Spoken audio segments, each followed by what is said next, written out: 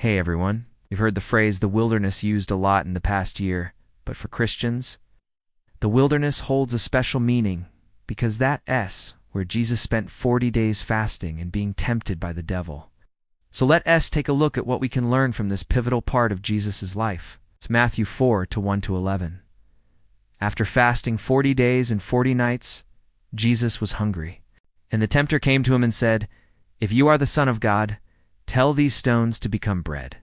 But he answered and said, "It is written, man shall not live on bread alone, but on every word that proceeds from the mouth of God."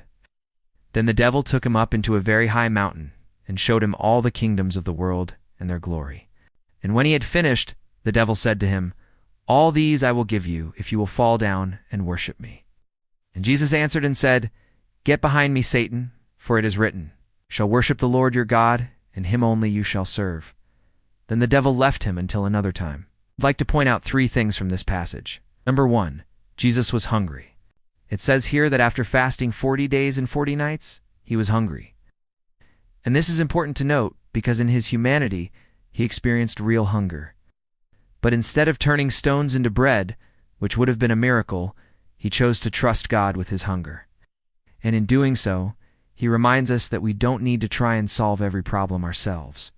We can trust that God will meet our needs if we simply put our faith in him. 2. Jesus was tempted to throw himself from the temple, and the devil said to him, "If you are the Son of God, come down from there, because it is written, 'He will give his angels a charge over you to keep you.'" But Jesus quoted the Old Testament and said, "Again, it is written, 'Do not put the Lord your God to the test.'" Clearly, the devil wanted Jesus to prove his divinity to him. But Jesus reminded him that God doesn't need to be proven. He knows who he is. And in the same way, we don't need to prove ourselves to the devil. We know our value because God has told us we are his children. And finally, no. 3. Jesus was tempted to gain the whole world by worshiping the devil.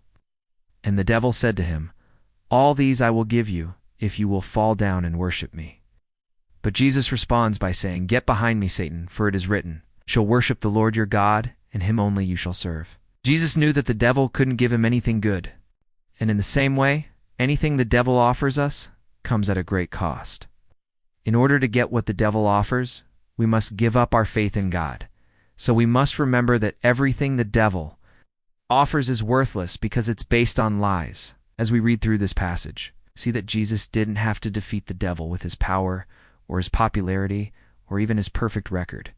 He defeated the devil with God's word. So we must remember that God's word is the truth and the weapon we need to fight against evil. Well, that's it for today. I hope this helps you understand this passage and apply it to your life. If you have any questions, please leave them in the comments below, and I'll see you next time.